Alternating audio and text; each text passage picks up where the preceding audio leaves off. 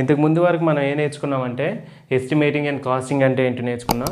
ఇది పార్ట్ 1. చాలామందికి ఇది పార్ట్ 1, కొంతమందికి సబ్జెక్ట్లా ఉన్నది ఇండస్ట్రియల్ ఇంజనీరింగ్ అంటే. సో ఇప్పుడు మనం ఏం చేద్దామంటే ఇండస్ట్రియల్ ఇంజనీరింగ్ అంటే ఏంటో ఫస్ట్ చూద్దాం. ఇండస్ట్రియల్ ఇంజనీరింగ్ అంటే ఏంటంటే మనకున్న రిసోర్సెస్ యూస్ చేసుకొని, మనకున్న రిసోర్సెస్ ఏంటన్నా మనీ, మెన్, మెటీరియల్, ఎక్విప్మెంట్, ఈ 4 రిసోర్సెస్ని యూస్ చేసుకొని మనం ఏం చేస్తామంటే మనకు కావాల్సిన ప్రాఫిట్స్, అంటే ఒక ఆర్గనైజేషన్కి కావాల్సిన ప్రాఫిట్స్ని తీసుకురావడాన్ని ఇండస్ట్రియల్ ఇంజనీరింగ్ అంటారు, అంటే టెక్నిక్స్ అనమాట. ఓకేనా. సో ఇండస్ట్రియల్ ఇంజనీరింగ్ అంటే అది. ఈ ఇండస్ట్రియల్ ఇంజనీరింగ్ని ఫస్ట్ వచ్చేసి ఎఫ్డబ్ల్యూ టేలర్ అనే ఆయన, ఎఫ్డబ్ల్యూ టేలర్, ఓకేనా, ఎఫ్డబ్ల్యూ టేలర్ అని ఆయన ఏం చేశారంటే ఒక రెవల్యూషన్ తీసుకొచ్చారన్నమాట. సో అందుకోసమే ఇండస్ట్రియల్ ఇంజనీరింగ్లో ఎఫ్డబ్ల్యూ టేలర్ అని ఆయన ఒక రెవల్యూషన్ తీసుకొచ్చారు. సో అందుకనే ఈయన్ని ఫాదర్ ఆఫ్ ఇండస్ట్రియల్ ఇంజనీరింగ్ అంటారు. ఫాదర్ ఆఫ్ ఇండస్ట్రియల్ ఇంజనీరింగ్ అని అంటారనమాట. ఓకేనా. ఈయన ఏం చేశారంటే మనకి వర్క్ మెజర్మెంట్ టెక్నిక్ అనేది తీసుకొచ్చాడు. Work measurement technique. ఈ టెక్నిక్ అంటే ఏంటో తర్వాత చూద్దాం. ఓకేనా. ఈ టెక్నిక్ గురించి తర్వాత నేర్చుకుందాం. అదే ఈ వర్క్ మెజర్మెంట్ టెక్నిక్ని ఇంకొక ఆయన ఏం చేశారంటే దీనికి కొంచెం మసాలా యాడ్ చేసి దాన్ని యూజ్ఫుల్ కింద మార్చారన్నమాట. అంటే ఇందులో కొన్ని డిసడ్వాంటేజెస్ ఉన్నాయి, అవి కూడా అడ్వాంటేజెస్ కింద మార్చారు. ఎవరంటే గిల్బెర్త్ అనే ఆయన, ఈ గిల్బెర్త్ అనే ఆయన ఏం చేశారంటే ఈ వర్క్ మెజర్మెంట్ టెక్నిక్ని కాస్త మనకి మెథడ్ స్టడీ అనొచ్చు, మోషన్ స్టడీ, ఓకే, మెథడ్ అన్న మోషన్ అన్న ఒకటే, మోషన్ స్టడీ టెక్నిక్ కింద మార్చారు. మోషన్ స్టడీ టెక్నిక్ కింద మార్చారు. ఏం చేశారు, ఫస్ట్ ఎఫ్డబ్ల్యూ టేలర్ అని ఆయన ఇండస్ట్రియల్ ఇంజనీరింగ్లో ఒక రెవల్యూషన్ తీసుకొచ్చారనమాట. అందుకే ఆయన్ని ఫాదర్ ఆఫ్ ఇండస్ట్రియల్ ఇంజనీరింగ్ అంటారు. నెక్స్ట్ వన్, ఈయన ఆ రెవల్యూషన్ ఏంటంటే వర్క్ మెజర్మెంట్ టెక్నిక్ అనేది ఫైండ్ అవుట్ చేశారు. సో ఈ టెక్నిక్ని ఈ గిల్బెర్త్ అని ఆయన బాగా స్టడీ చేసి దాన్ని ఇంకొంచెం అడ్వాన్స్డ్గా తీసుకొచ్చారు. అదేంటంటే మోషన్ స్టడీ టెక్నిక్. ఓకేనా, ఇంతవరకు క్లియర్. ఈ ఇండస్ట్రియల్ ఇంజనీరింగ్ అనేది ఒకప్పుడు ఓన్లీ మ్యానుఫ్యాక్చరింగ్ ఇండస్ట్రీస్లోని మాత్రం యూస్ చేసేవారు అన్నమాట. అంటే అక్కడ ఉన్న మెటీరియల్ రిసోర్స్ని యూస్ చేసుకొని మనకి బెస్ట్ ఎఫిషియెంట్గా అవుట్పుట్ అనేది వచ్చేటట్టు చేసేవారు అన్నమాట. ఈయన ఏం చేశారంటే ఈ మోషన్ స్టడీ టెక్నిక్ ఏం చేశారంటే ఈయన అన్ని ఇండస్ట్రీస్ కూడా అప్లై చేశారు. అంటే ఫార్మా అని, అది military sector, government sector, private sector, ఇంకేమున్నాయి ఇండస్ట్రీస్, నెంబర్ ఆఫ్ ఇండస్ట్రీస్, అన్ని ఇండస్ట్రీస్లో కూడా ఇప్పుడు మోషన్ స్టడీ టెక్నిక్ అనేది యూస్ చేసే మనకి ప్లాన్ డిజైన్ అనేది చేస్తారు. ఓకేనా. సెకండ్, ఇది గిల్బెర్త్ అని ఆయన ఫైండ్ అవుట్ చేసిన టెక్నిక్. ఓకేనా, ఇది క్లియరా, ఇది ఇంట్రొడక్షన్. సో ఇప్పుడు ఈ మోషన్ స్టడీ టెక్నిక్ తెలుసుకోవాలని అంటే మనం వర్క్ స్టడీ అంటే ఏంటో తెలుసుకోవాలి. సో మనకి ఇప్పుడు వర్క్ స్టడీ సపోజ్ ఈ వర్క్ స్టడీ అంటే ఏంటంటే ఇప్పుడు సపోజ్ నువ్వు ఒక వర్క్ చేయాలనుకున్నావు, ఏదో సమ్ జాబ్. ఓకేనా, ఆ జాబ్లో ఉండే మెథడ్స్ ఉంటాయి. ఒక జాబ్ని ఆర్ ఒక ప్రాబ్లం ఉంటే దానికి నెంబర్ ఆఫ్ సొల్యూషన్స్ ఉన్నట్టుగాను ఇలాగే మనకు ఒక వర్క్ చేయాలంటే మనకి నెంబర్ ఆఫ్ మెథడ్స్ ద్వారా సేమ్ వర్క్ చేయొచ్చు.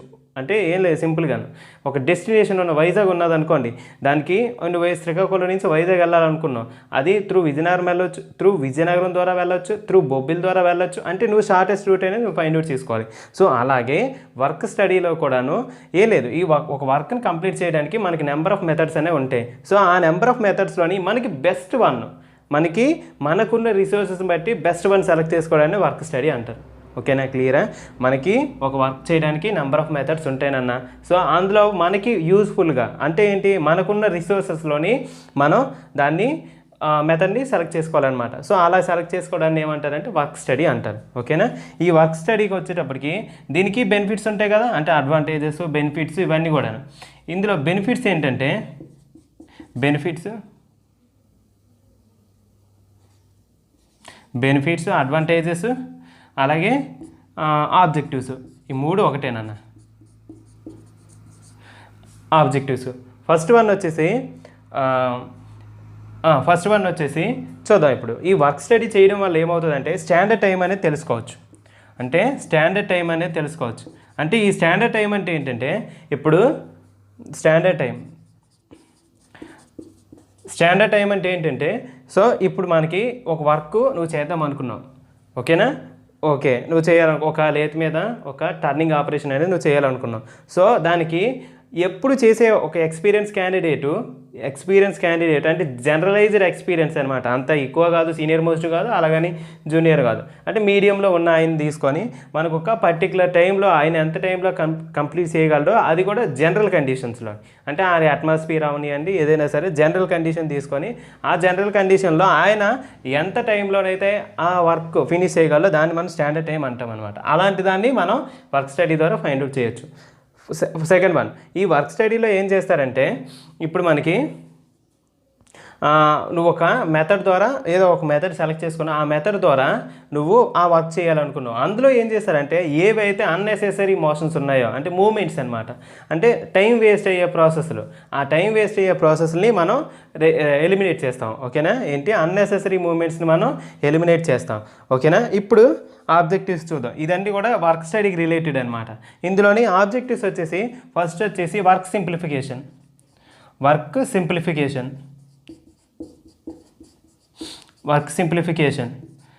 నెక్స్ట్ వన్ వచ్చేసి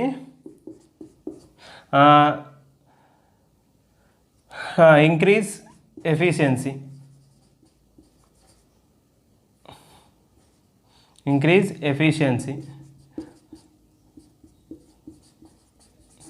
ఓకేనా? Increase efficiency. Next increase in efficiency, increase in production. ఇవి కొన్ని మాత్రమే. Increase in production. నెక్స్ట్ వచ్చేసి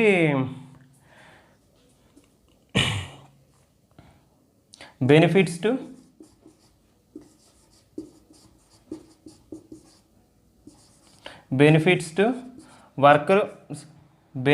టు వర్కర్ అండ్ కన్జ్యూమర్.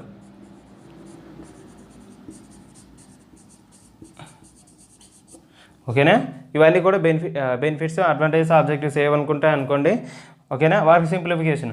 ఈ వర్క్ స్టడీ చేయడం వల్ల ఏమవుతుందంటే మనం వర్క్ అనేది సింప్లిఫై చేసుకోవచ్చు. ఎలాగో చెప్తాను చూడండి. వర్క్ స్టడీ చేసామనుకోండి, అందులో ఏం చేస్తాం, మనకి ఏవైతే ఆపరేషన్ లేవో అవన్నీ తీసేస్తాం. ఆ మెథడ్లో ఏవైతే మనం అన్నెసెసరీ ఆపరేషన్స్ అనుకుంటాం ఆ ఆపరేషన్స్ అన్ని తీసి పక్కన పెట్టేస్తాం. సో దానివల్ల ఏమవుతుందంటే అక్కడ మూమెంట్స్ అనేవి తగ్గిపోతాయి. అంటే మ్యాక్సిమం అనేది మనం maximum unnecessary movements, material wastage అనేది మనం మ్యాక్సిమం తగ్గించవచ్చు. సో దాన్ని మనం వర్క్ సింప్లిఫికేషన్ అనొచ్చు. Increase efficiency. ఈ ఏవైతే అన్నెసెసరీ మూమెంట్స్ తగ్గినాయో అప్పుడు నువ్వు తక్కువ టైంలోనే ఎక్కువ పని చేయగలవు. సో మన ఎఫిషియన్సీ అనేది ఆటోమేటిక్గా ఇంక్రీజ్ అవుతుంది. Increase in production. ఇంకా తక్కువ టైంలోని సపోజ్ ఒక 1 అవర్లో 10 ఐటమ్స్ చేసామనుకోండి, 1 అవర్లో 10 ఐటమ్స్ చేసామనుకోండి, మనకి ఆ మెథడ్లోనున్న అన్నెసెసరీ మూమెంట్స్ అనేది రెగ్యులేట్ చేశారు. సో అలా రెగ్యులేట్ చేయడం వల్ల ఏమవుతుందంటే అదే 1 అవర్లోని ఇక్కడ ఎఫిషియన్సీ పెరిగిందంటే అర్థం ఏంటి, టైము ఇంకా ఎక్కువ మిగులుతుంది అనమాట. ఆ మిగిలిన టైంలో ఇంకో 2 or 3 ఐటమ్స్ అనేవి మనం చేయొచ్చు. సో అక్కడ 1 అవర్లో 10 ఐటమ్స్ చేసిన పాత మెథడ్లోని ఇక్కడ వర్క్ స్టడీ చేసిన తర్వాత వచ్చిన మెథడ్లోనే ఏం చేస్తారు, 1 అవర్లోనే 13 కాంపోనెంట్స్ తయారు చేయగలరు. సో అది మనం increase in production. Benefits to worker. అంటే వర్కర్కి ఏం బెనిఫిట్స్ అంటే ఇప్పుడు మనకి సపోజ్ ఒక ఎక్స్పీరియన్స్డ్ క్యాండిడేట్ ఉన్నాడు అనుకోండి, ఆడికి ఇంక్రిమెంట్ అయ్యాలి. అప్పుడు ఏంటంటే వాడు 1 అవర్లో ఎంత వర్క్ చేస్తున్నాడో వాళ్ళకి తెలియాలి. సో అవన్నీ కూడా మనం వర్క్ స్టడీ ద్వారా ఫైండ్ అవుట్ చేసుకోవచ్చు. అది వర్కర్కి బెనిఫిట్. ఇన్సెంటివ్స్ ఇవ్వాలన్నా నెక్స్ట్ ఇంక్రిమెంట్స్ ఇవ్వాలన్నా సరే మనకి అది ఫ్యాక్టర్ కింద తీసుకోవచ్చు. నెక్స్ట్ కన్జ్యూమర్కి ఏం బెనిఫిట్ అంటే బెస్ట్ క్వాలిటీ, రీజనబుల్ కాస్ట్. అంటే మనకు వచ్చే అవుట్పుట్ ప్రోడక్ట్ అనేది బెస్ట్ క్వాలిటీది బయటకు వస్తుంది, అది కూడా రీజనబుల్ కాస్ట్లో మన కన్జ్యూమర్కి బెనిఫిట్ అనమాట. టాపిక్. Next topic వచ్చేసప్పటికి productivity.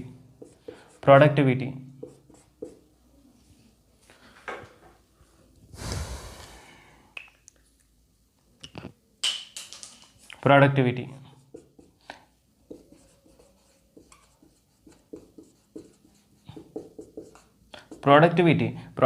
అంటే ఏంటంటే output by input, the ratio of output to the input. ఇందులో అవుట్పుట్ అంటే ఏంటన్నా, మనకి అవుట్పుట్ అంటే ఏమొస్తాయి, మనకి ఎఫిషియన్సీ అంటే మనకి బయటకు వచ్చే కాంపోనెంట్స్ అనమాట. కాంపోనెంట్స్ అని తీసుకుందాం. నెంబర్ ఆఫ్ కాంపోనెంట్స్ ఇది మనకి అవుట్పుట్ అనమాట. ఓకేనా? ఇన్పుట్ అంటే ఏంటి, మనం ఇచ్చే రా మెటీరియల్. రా మెటీరియల్లోకి మనకి అంటే మన సింపుల్గాను మనకున్న రిసోర్సెస్ ఈ రిసోర్సెస్లోకి raw material, next material, money, next equipment, ఇవన్నీ కూడాను రిసోర్సెస్లోకి వచ్చేస్తాయి. సో మనం ఇచ్చిన నెంబర్ ఆఫ్ మనకి బయటకు వచ్చిన నెంబర్ ఆఫ్ కాంపోనెంట్ బై మనం ఇచ్చిన రిసోర్స్ చేస్తే మనకి ప్రొడక్టివిటీ అనేది వచ్చేస్తుంది. ఓకేనా, it is the ratio of output to the input. ఓకేనా, నెక్స్ట్ వన్ మన ఇందాక వర్క్ స్టడీలోని మేజర్గా వర్క్ స్టడీ కోసం చెప్పాను కదా.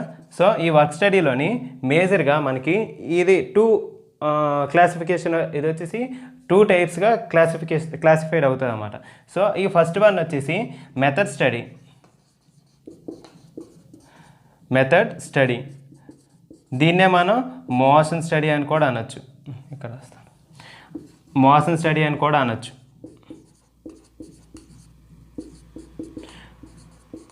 నెక్స్ట్ వన్ వచ్చేసి method study or motion study. Next one వచ్చేసి వర్క్ మెజర్మెంట్, దీన్ని మనం టైం స్టడీ అని కూడా అనొచ్చు.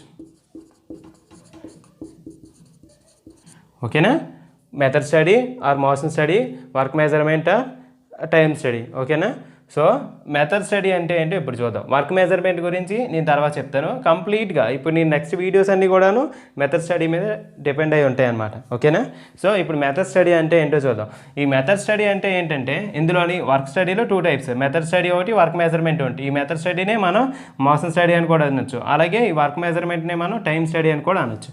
ఓకేనా, చూడండి ఇప్పుడు మెథడ్ స్టడీ అంటే ఏంటంటే ఇప్పుడు మనకి వర్క్ స్టడీలో ఏం నేర్చుకున్నాం, మన నెంబర్ ఆఫ్ మెథడ్స్ యూజ్ చేసి అందులో మనకి బెస్ట్ వన్ సెలెక్ట్ చేసుకుంటాం.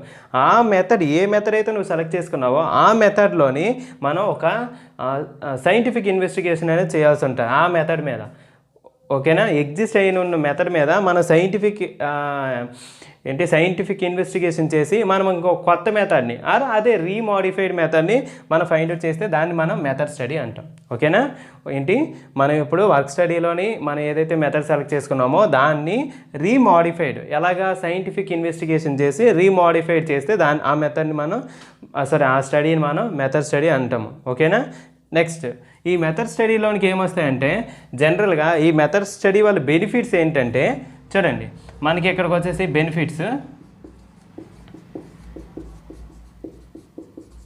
బెనిఫిట్స్ ఏంటంటే ఇప్పుడు మనకి సపోజ్ ఒక వర్కర్కి నెక్స్ట్ మెటీరియల్ రెండు కూడాను వేస్టేజ్ తగ్గించవచ్చు.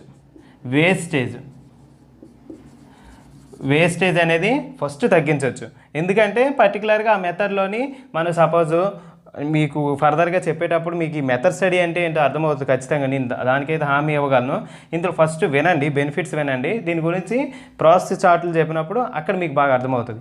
ఈ మెథడ్ స్టడీలో ఏంటంటే ఫస్ట్ వేస్టేజ్ అనేది రెడ్యూస్ అవుతుంది అన్నమాట, గ్రేటర్గా రెడ్యూస్ అవుతుంది. ఏంటి, లేబర్ వేస్టేజ్, మెటీరియల్ అంటే మనం చిప్స్ కింద కట్ చేసినప్పుడు అక్కడ పౌడర్ కింద రాలిపోతుంది అది. నెక్స్ట్ వేస్టేజ్ ఆఫ్ లేబర్ అంటే మీకు ప్రాసెస్ చార్ట్లు చెప్పినప్పుడు మీకు అర్థమవుతుంది. ఓకేనా, సెకండ్ వన్ వచ్చేసి జాబ్ సాటిస్ఫాక్షన్.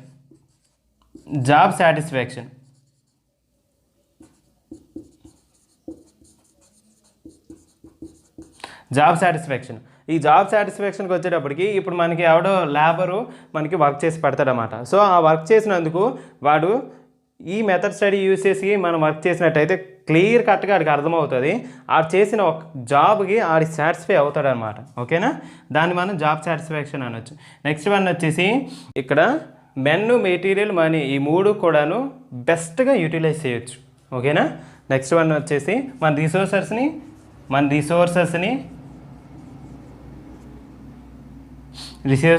రిసోర్సెస్ని మనం బెస్ట్గా యూటిలైజ్ అనేది మనం బెస్ట్గా చేసుకోవచ్చు. ఈ 3 దీని నుంచి వచ్చే బెనిఫిట్స్ అన్నమాట.